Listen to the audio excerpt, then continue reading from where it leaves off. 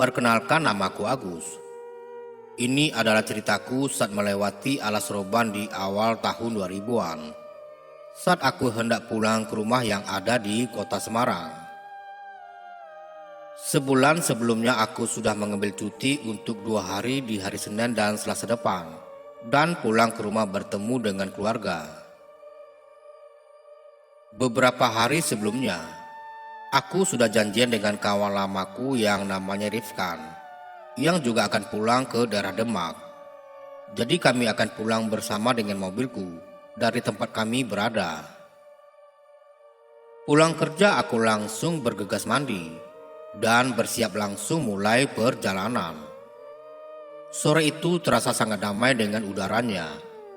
Suara anak kecil di pelataran rumah dekat kontrakan pun terdengar sangat ramai. "Rif, aku sudah siap. Tunggu depan kontrakanmu ya," ucapku di dalam telepon memberitahu Rifkan kalau aku akan berangkat. Kontrakan Rifkan ini agak jauh, namun kebetulan searah dengan arah jalan pulang yang akan kami lewati. Saat hampir sampai, aku lihat Rifkan sudah menunggu di depan kontrakannya. "Ayo," seruku kepada Rifkan sambil membuka kaca mobil. Rifkan langsung memasukkan tas punggungnya di kursi tengah, dan dia duduk di kursi depan menemaniku. Dari kontrakan Rifkan, jam sudah menunjukkan pukul 17:15. Di tahun tersebut, jalan tol belum ada seperti sekarang. Jadi satu-satunya jalan bagi pengendara di jalur utara, ia jalan Pantura ini. Jalanan Alas Roban masih melewati bukit dan jalannya berkelok-kelok curam. Sekarang dikenal dengan Jalan Alas Roban Lama. "Doa dulu, Gus," ucap Rifkan. Masing-masing dari kami berdoa di dalam hati. Jalanan sore ini terlihat padat, tapi padatnya wajar, tidak sepadat jalanan seperti sekarang. Singkat cerita, kami berdua tiba di Brebes hampir jam 11 malam, karena kami berhenti sholat dan makan sebentar saat sampai di Indramayu. Brebes, Tegal, Pemalang sudah kami lewati, dan akhirnya kami tiba di Pekalongan sesaat sebelum sampai di Alas Roban. Kala itu tidak ada sama sekali pikiranku memikirkan hal yang aneh, karena sudah beberapa kali aku pulang menuju Semarang dan bertemu malam hari. Jalanan sudah sepi saat kami sampai di area Alas Roban, ditandai dengan jalanan yang makin lama semakin gelap karena minimnya penerangan, dan kanan kiri jalan yang banyak ditumbuhi pohon-pohon besar. Sesekali aku menemui bus-bus antar provinsi yang memang melintas saat malam hari. Tiba-tiba terdengar 2 kali ada sesuatu yang jatuh di atas mobil. "Apa itu, Gus?" tanya Rifkan. Aku yang mendengar langsung menepi dan melihat ke atas mobil. Dengan keadaan mobil yang masih menyala, aku dan Rifkan melihat bagian atas mobil. "Gak ada apa-apa, Rif," ucapku. Tapi saat aku perhatikan lagi, ada bekas lecet sedikit di atas mobil. "Cari lagi, Rif, di sekitaran mobil. Kalau ada apa-apa," imbuku kepada Rifkan. Cukup lama kami mencari dan memperhatikan, tapi kami tidak menemukan apa-apa. "Masuk mobil lagi, Rif. Kita jalan lagi," ajakku. Belum lama jalan tepat setelah tanjakan, tiba-tiba aku dikagetkan lagi dengan suara benturan di depan mobil, seperti habis menabrak sesuatu. "Kamu di dalam saja, aku yang turun," ucap Rifkan. Tak lama Rifkan pun masuk. "Ban depanmu kempes, Gus," imbu Rifkan. "Waduh, mana jam 1:30 lagi. Mana ada tambal ban sekarang?" Aku juga nggak punya ban serap, imbuhku. Aku dan Rifkan keluar dari mobil, melihat keadaan. Jalanan benar-benar sepi dan gelap, dengan pepohonan tinggi di kanan dan kirinya. Tidak nampak ada kendaraan yang lewat saat itu. Aku dan Rifkan jalan kaki pelan-pelan ke arah depan. Dari kejauhan, nampak cahaya remang-remang di kiri jalan. Itu apa, Rif? Sepertinya tambal ban. Coba kita ke sana, ajakku. Kami berjalan dulu ke sana memastikan. Setelah dekat dan memastikan memang benar itu tambal ban, aku langsung kembali ke mobil dan membawanya ke dekat tambal ban di sana. Mana Rif orangnya? Tanyaku. Gak tahu. Dari tadi aku panggil-panggil gak ada sautan, jawab Rifkan. Lama tak menemui jawaban, kami memutuskan menunggu di depan tambal ban tersebut. Ada apa, Mas? Tanya seorang laki-laki tua yang tiba-tiba datang. Astagfirullah. Rifkan kaget dengan kedatangan laki-laki tersebut yang tiba-tiba. Ini Pak, ban saya bocor, hendak menambal ban di sini. Apakah bisa? Tanyaku. Oh bisa Mas, silakan duduk di sini, imbuh lelaki tua tersebut. Kami berdua tidak menaruh curiga sejauh ini, hingga akhirnya aku mencium bau kemenyan di sekitar tempat tambal ban ini. Kamu mencium bau enggak ya? Tanyaku ke Rifkan. Iya Gus, jawab Rifkan dengan mulai memperhatikan setiap sudut tempat tambal ban ini. Dalam hati aku ingin lekas pergi dari sini. Tapi apa boleh buat, mobilku belum selesai ditambal.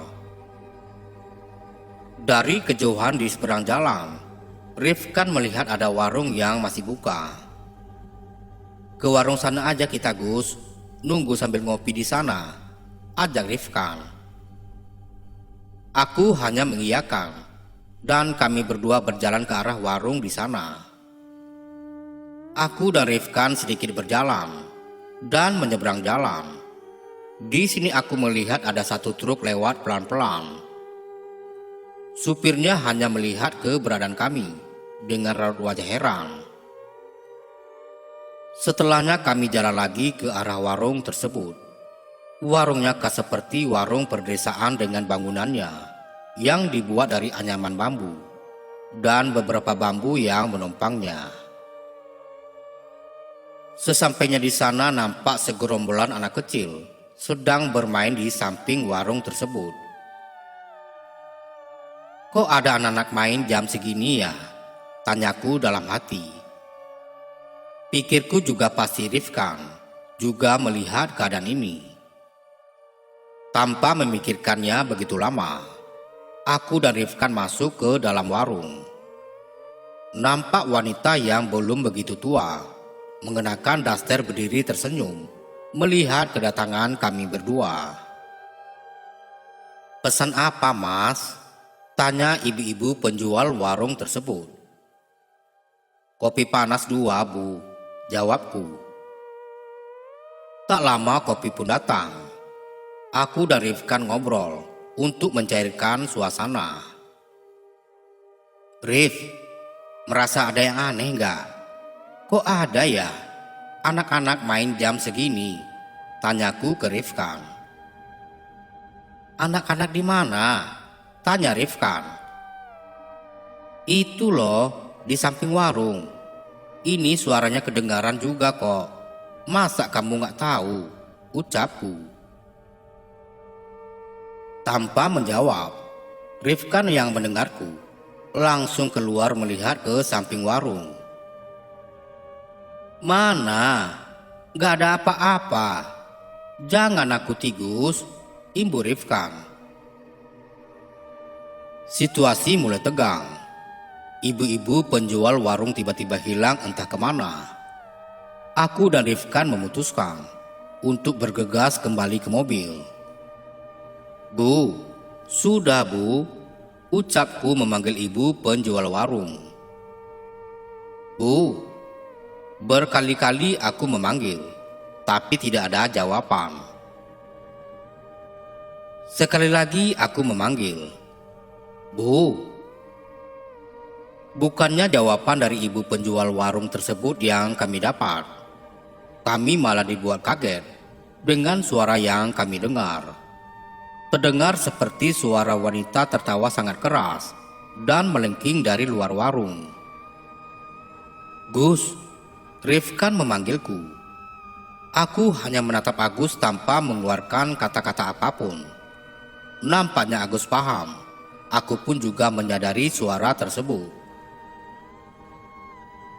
Kami berdua bergegas keluar dari warung, mencari dari arah mana suara tersebut, dan melihat ke arah belakang warung itu. Astagfirullahalazim. Kami berdua istighfar sama-sama atas apa yang kami berdua lihat. Ternyata ada wanita berdiri tegak berjubah hitam sangat panjang di samping pohon di dekat warung tersebut. Matanya terbelalak putih dengan wajah pucat dan rambut panjangnya. Anak-anak kecil yang tadi aku lihat berlari menghampiri perempuan tersebut. Aku lihat anak-anak tersebut, ada yang wajahnya hancur dengan banyak luka di badannya. Sangat jauh beda dengan saat awal aku melihatnya tadi. Kulihat wanita itu tertawa lagi, yang membuat telinga kami berdua merasa sakit. Gus, ayo Gus, kita balik ke mobil. Ayo cepat, ajak Rifkan. Saat lari ke mobil, lagi-lagi kami berdua dikagetkan lagi dan lagi. Tambal ban yang kami hampiri tadi sekarang sudah tidak ada, entah hilang kemana.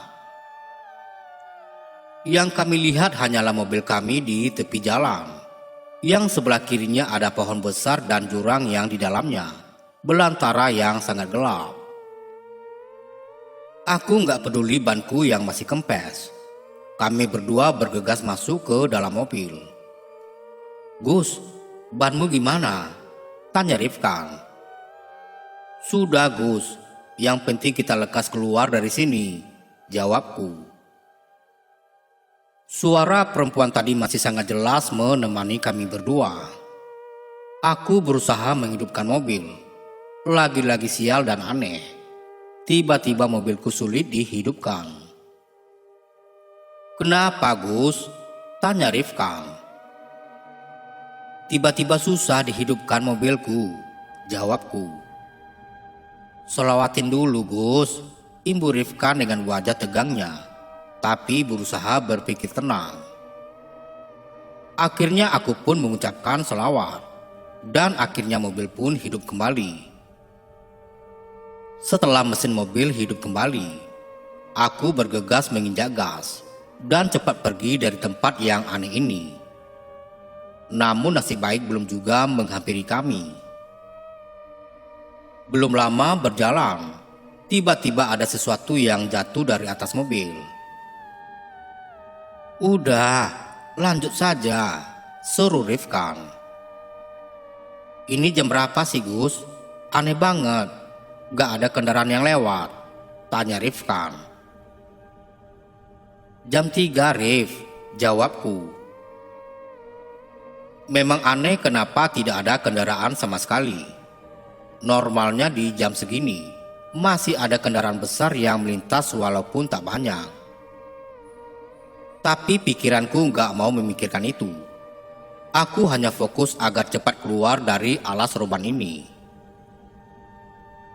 Gus, hati-hati, teriak Agus dibarengi denganku, yang melihat wanita berjubah hitam yang kami temui tadi melintas tepat di depan mobil kami.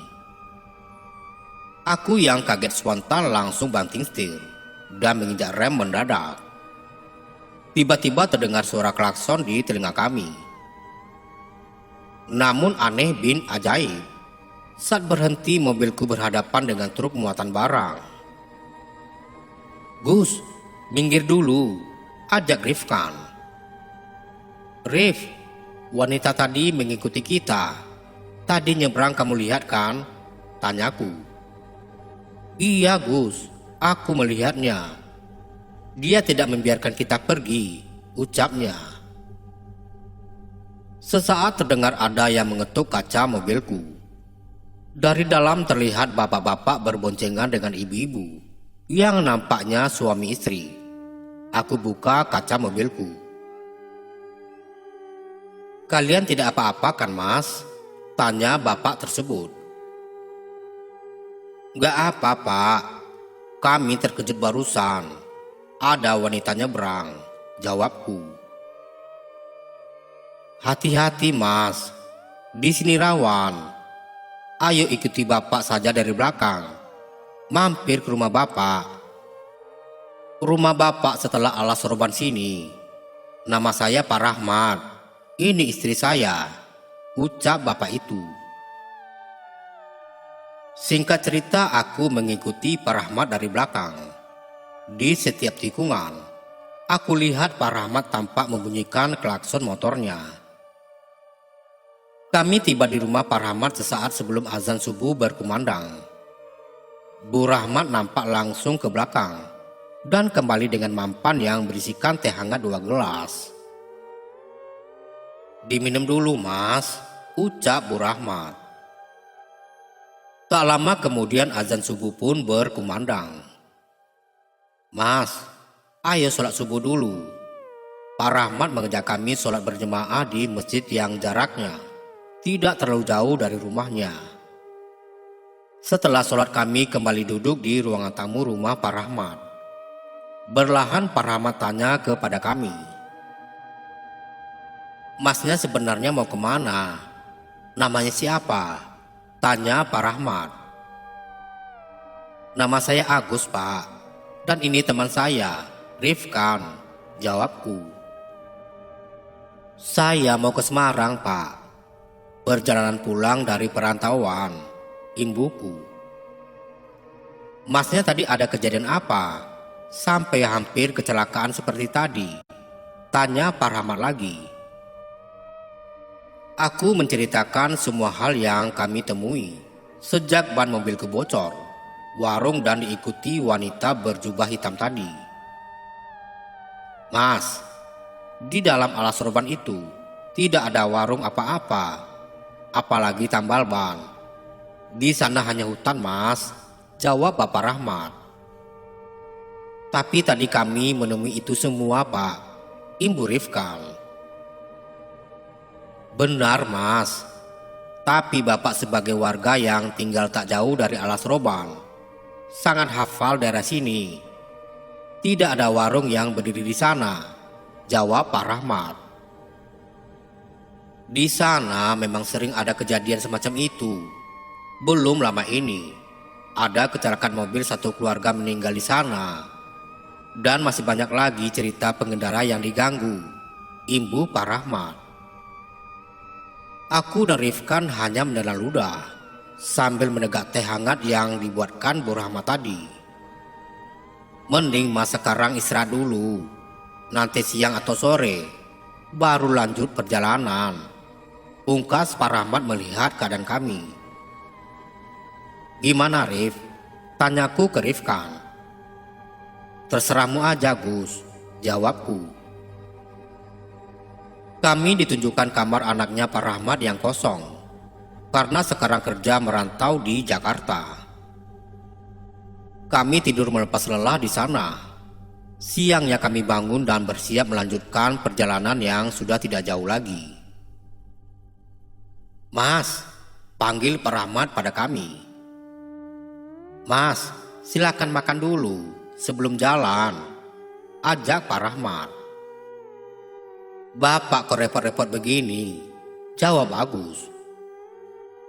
Siang itu kami makan bersama dengan Pak Rahmat dan istrinya. Beliau benar-benar baik kepada kami berdua. Sehabisnya kami pamit dan keluar menuju mobil. Gus, ban mobilmu masih utuh, nggak ada yang bocor, ucap Rifkan. Aku langsung melihat ban mobilku, dan ternyata benar, Banku masih normal, tidak ada tanda-tanda yang rusak. Aku hanya geleng-geleng kepala melihat keanehan yang ditunjukkan di depan mataku. Pak Rahmat, kami berdua pamit. Terima kasih sudah menolong kami dan sudah baik kepada kami, ucapku. Gak apa-apa mas, saya sama ibu malah senang ada tamu di rumah kami. Soalnya kalau tidak ada tamu, rumah kami sepi, jawab Pak Rahmat. Kami berdua melanjutkan perjalanan. Setibanya kami di Semarang, aku mengantarkan Rifkan ke halte bus yang akan mengantarkannya ke Demak sebelum nanti dijemput adiknya di sana. Setelahnya aku pulang ke rumah dengan oleh-oleh pengalaman yang tidak akan terlupakan sampai kapanpun. Dan Pak Rahman yang hingga sekarang kami anggap seperti keluarga. Assalamualaikum warahmatullahi wabarakatuh.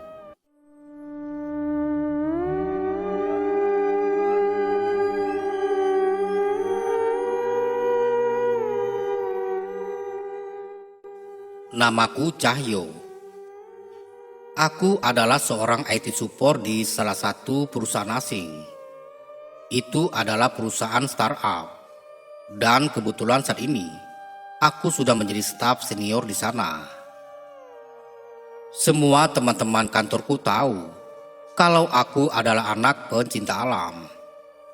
Memang dari sejak kuliah dulu, aku suka sekali menjelajahi alam, naik gunung, pergi ke pulau-pulau terpencil, dan menelusuri hutan-hutan tropis.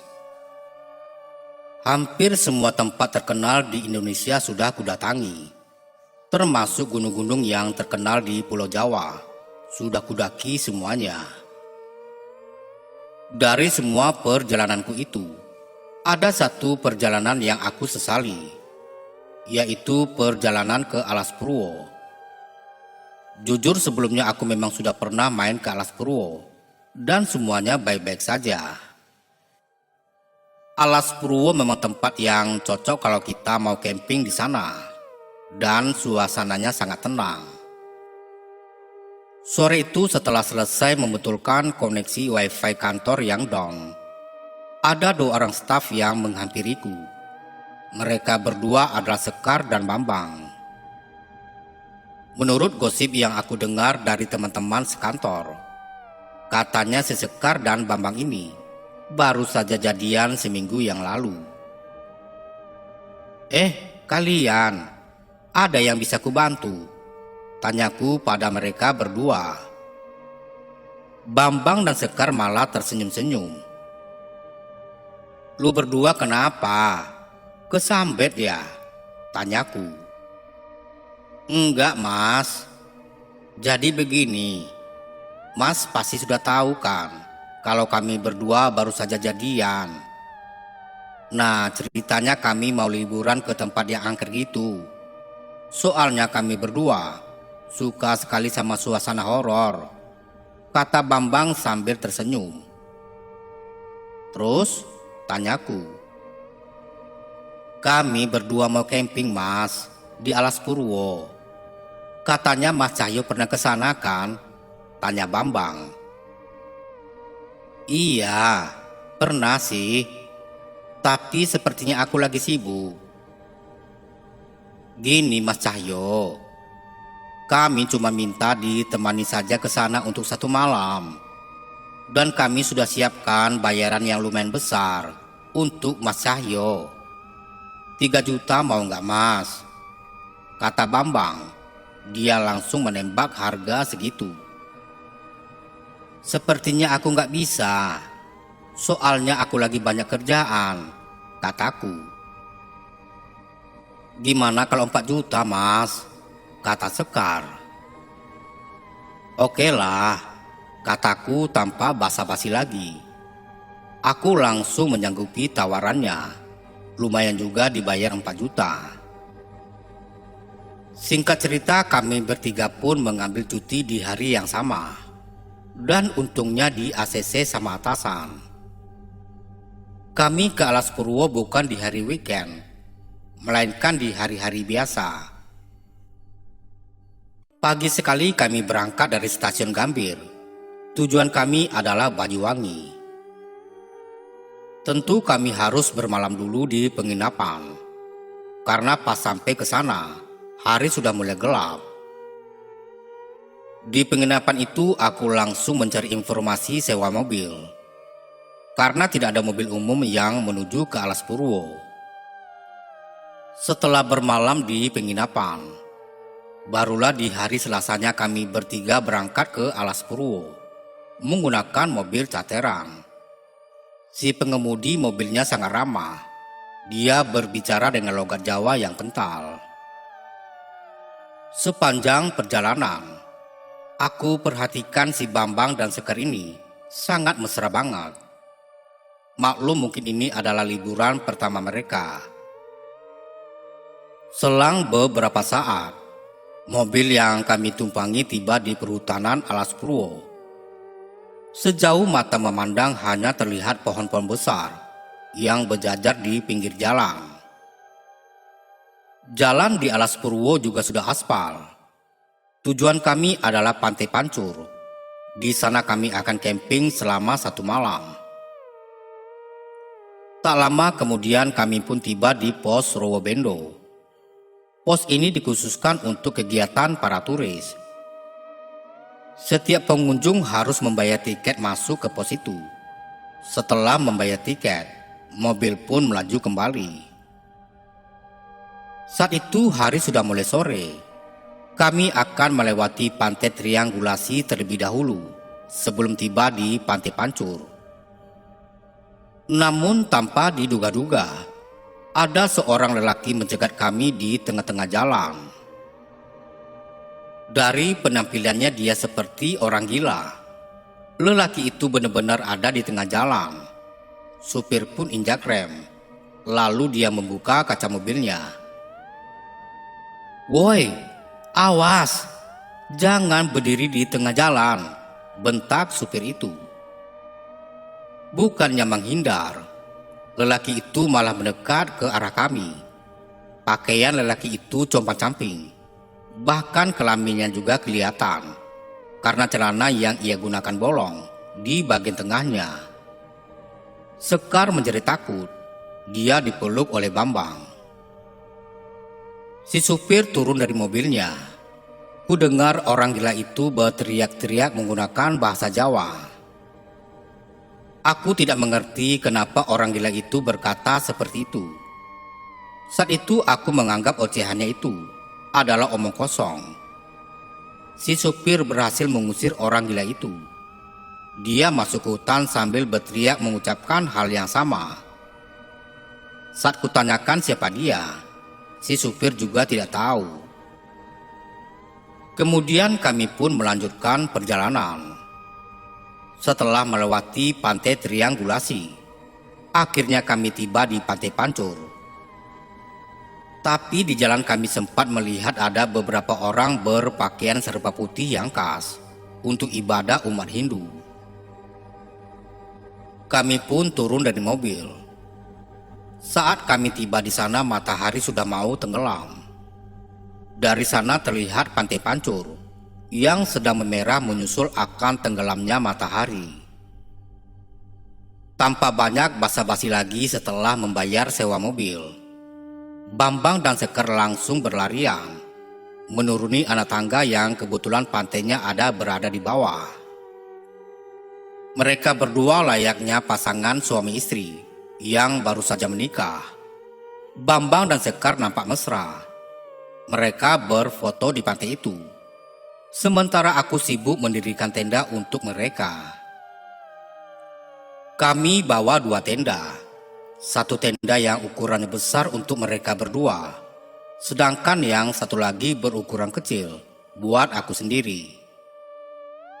Setelah tenda berhasil didirikan, aku lalu naik ke atas anak tangga untuk mendirikan sholat maghrib. Kebetulan di atas sana ada sebuah musala. Waktu aku masuk ke dalam musala itu, kulihat musalanya nampak sepi. Dan hanya ada 1 orang lelaki parubaya yang berpakaian seperti Wali Songo sedang sholat. Aku pun bermakmum pada lelaki itu. Dia langsung mengeraskan bacaan sholatnya. Selesai sholat aku berzikir sejenak. Sementara lelaki itu juga masih berzikir di depanku. Tak lama kemudian aku beranjak dari musola itu untuk menghampiri Bambang dan Sekar. Waktu aku sampai ke pantai, ternyata Bambang sudah membuat api unggun.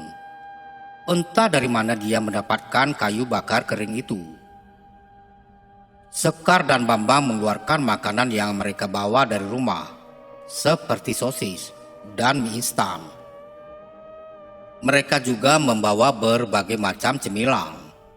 Aku mengeluarkan makananku sendiri dari dalam tas berupa mie instan.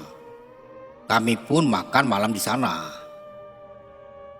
Masuk waktu Isya, aku kembali ke musala. Dan ternyata si lelaki yang berpakaian seperti Wali Songo itu masih berzikir di dalam musala. Aku tidak berani menyapanya, takut mengganggu. Akhirnya aku sholat sendirian saja.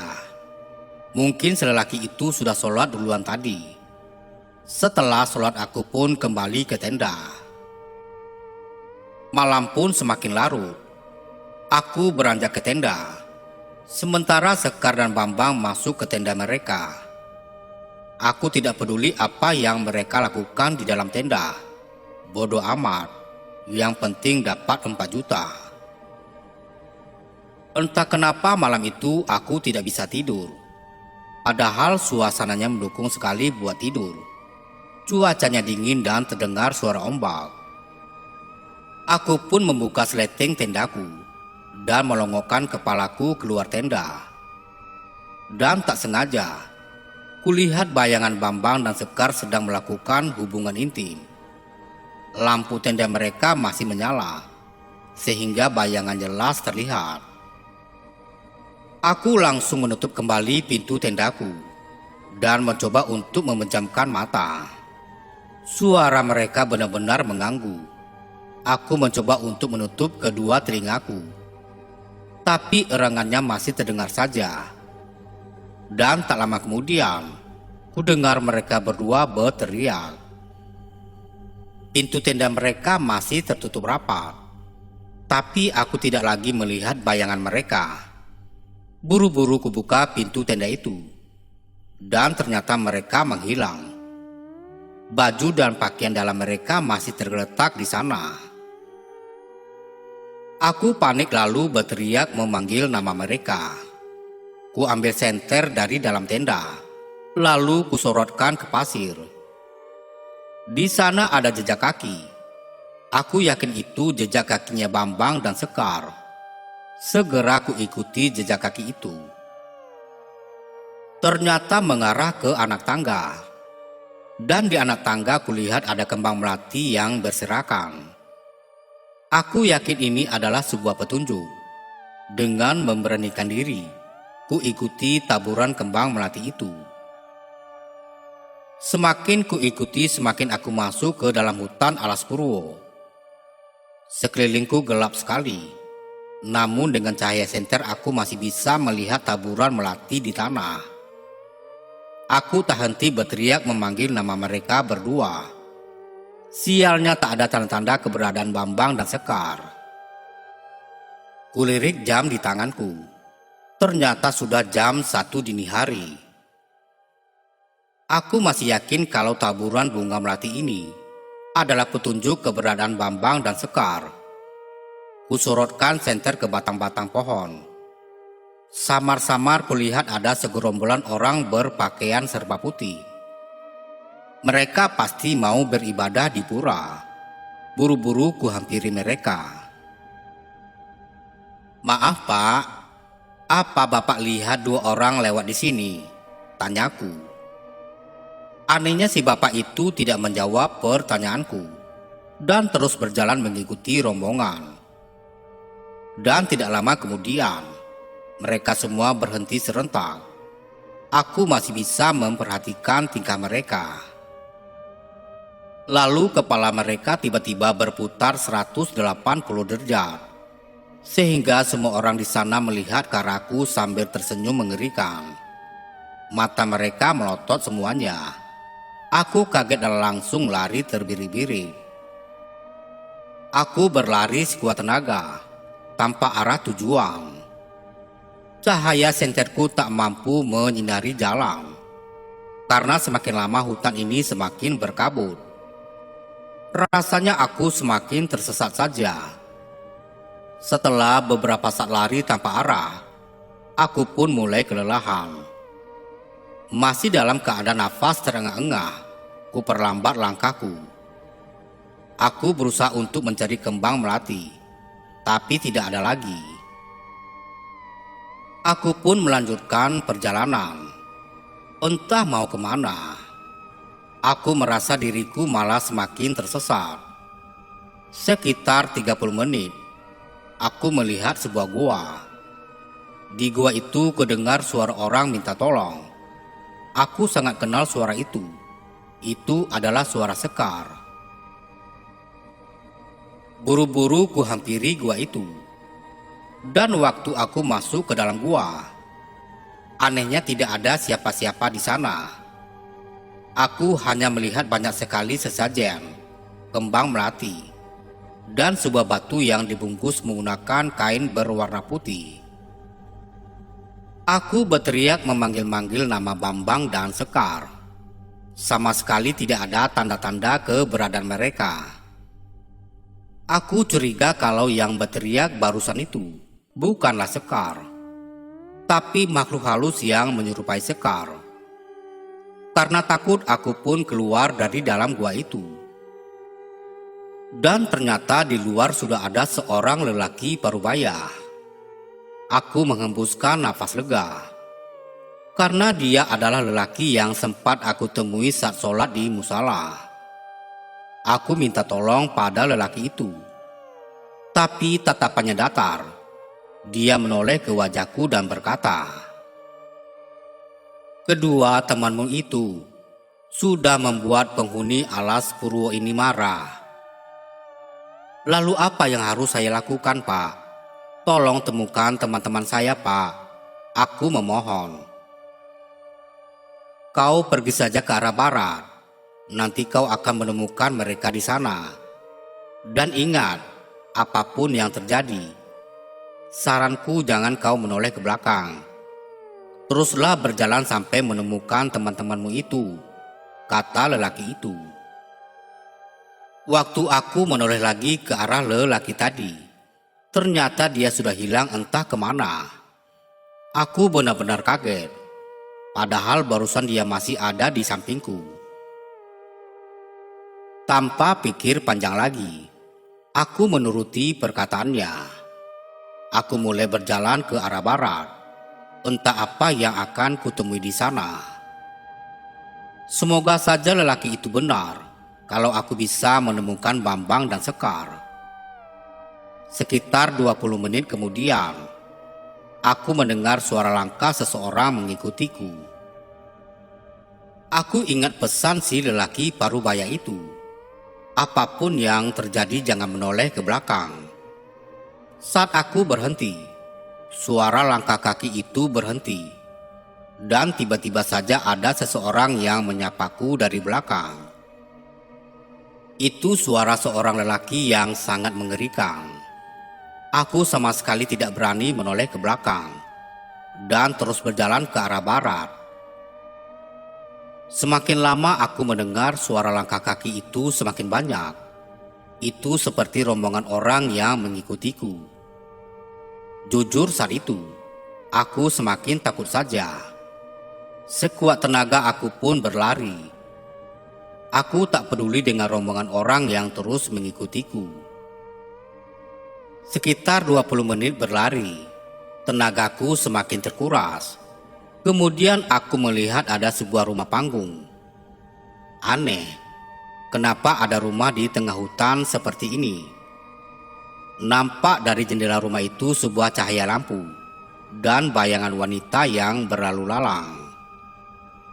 Aku menyangka pasti itu adalah rumah seorang warga. Aku pun langsung menghampiri rumah tersebut. Beberapa kali aku mengetuk rumah itu. Dan sesaat kemudian, terdengar suara seorang wanita yang mendekat. Gagang pintu berputar tanda ada orang yang membuka pintu. Nampaklah seorang wanita muda yang amat cantik. Dia mengenakan baju kebaya dan kain batik. Wanita itu tersenyum dan menyapaku dengan sangat ramah. "Ada apa ya, Mas?" tanya wanita itu. "Maaf, Mbak. Saya mau tanya, apa Mbak melihat dua orang yang melintas di sekitaran sini?" tanyaku.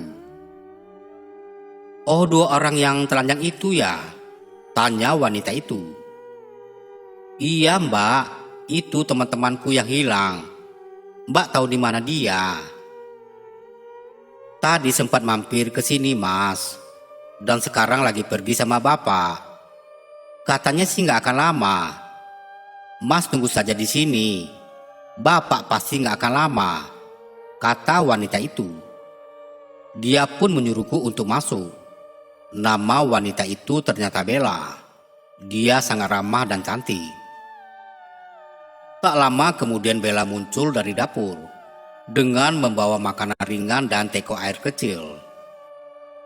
"Silakan, Mas," kata Bella sambil tersenyum. "Iya, Mbak, terima kasih. Kalau boleh tahu, Bapak, Mbak, dan kedua teman saya itu pergi kemana ya?" "Nah itu, Mas, saya nggak tahu. Tunggu saja, Mas. Bapak nggak akan lama kok," kata Bella. Karena malam yang memang sudah sangat larut, Bella pamit ke kamarnya untuk tidur. Dia juga memberiku bantal untuk istirahat. Setelah Bella masuk ke dalam kamarnya, seketika aku teringat rombongan orang yang mengikutiku. Apakah mereka sudah pergi? Dan saat itu juga ku intip dari balik jendela. Betapa terkejutnya saat kulihat ada banyak orang yang berdiri di halaman rumahnya Bella. Mereka semua berwajah pucat, bajunya putih semua, celananya juga putih. Siapa orang-orang itu dan kenapa dia mengikutiku? Karena takut, buru-buru kubaringkan badanku dan mencoba untuk tidur. Aku pun terlelap. Entah berapa lama aku tertidur. Yang jelas waktu aku bangun hari masih gelap. Kulihat jam di tanganku ternyata jam 12 malam. Saat itu aku juga baru ingat kalau aku meninggalkan HP-ku di tenda. Perlahan aku bangun dan menghampiri kamar Bella. Ku ketuk pintu kamarnya, tapi tidak ada jawaban dari Bella. Malah ku dengar ada seorang wanita yang bernyanyi menggunakan bahasa Jawa. Itu sangat mengerikan. Akhirnya ku intip dari celah bilik kamarnya. Dan di sana nampaklah sosok wanita bertubuh besar. Dia mengenakan jubah berwarna putih. Rambutnya panjang sekali sampai menyentuh lantai. Entah apa lagu yang ia lantunkan. Yang jelas wanita itu pasti bukan Bella. Dia membalikkan badan dan nampaklah wajah yang membusuk penuh belatung. Aku berteriak dan lari ke arah dapur. Di dapur kudapati banyak sekali sesajen. Ada pisang, kemenyan yang masih mengepulkan asap, kembang melati, dan berbagai macam sesajen lainnya. Aku keluar dari rumah itu melalui pintu dapur. Kemudian aku lari sekuat tenaga. Dan lagi-lagi saat aku berlari, ku dengar suara seseorang yang menyapaku dari belakang. Aku tidak peduli pada suara itu dan terus berlari sekuat tenaga. Aku benar-benar kaget dengan apa yang kulihat di hadapanku. Itu adalah sebuah rumah panggung milik Bella. Semakin aku berlari, rasanya semakin disesatkan saja. Dan aku hanya berputar-putar di satu tempat. Nampak dari jendela rumah itu, sosok kuntilanak yang sedang memandangiku. Segera aku lari lagi, menjauh dari rumah itu. Lalu di antara pohon-pohon besar itu, aku melihat Bambang dan Sekar berjalan telanjang bulat, masuk ke kegelapan. Mereka berdua dikawal oleh dua makhluk bertubuh besar dan tinggi. Bahkan tingginya sampai melebihi batang-batang pohon. Dua makhluk raksasa itu membawa Sekar dan Bambang. Aku berusaha mengikuti mereka, tapi entah kenapa tiba-tiba kedua kakiku tergelincir. Aku seperti masuk ke dalam jurang. Tubuhku tergelinding dan sesekali menghantam pohon. Aku mengadu kesakitan. Untung saja aku masih sadar, tapi tak sanggup lagi untuk bangun. Aku benar-benar tidak berdaya. Dan saat itu juga kulihat rombongan orang berwajah pucat sedang mengelilingiku. Mereka semua menatapku dengan tatapan datar. Dari kerumunan itu muncul 4 orang yang membawa keranda mayat.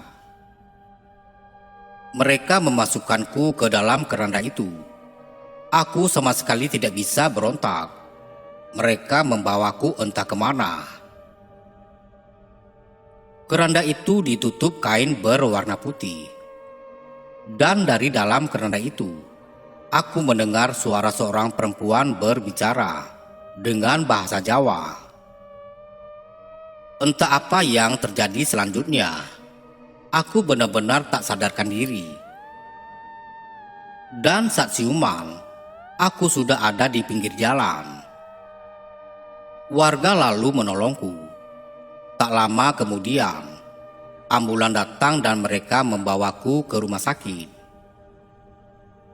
Bambang dan Sekar ditetapkan sebagai orang hilang. Dan sampai sekarang, tidak pernah ditemukan lagi. Assalamualaikum warahmatullahi wabarakatuh. Wabarakatuh.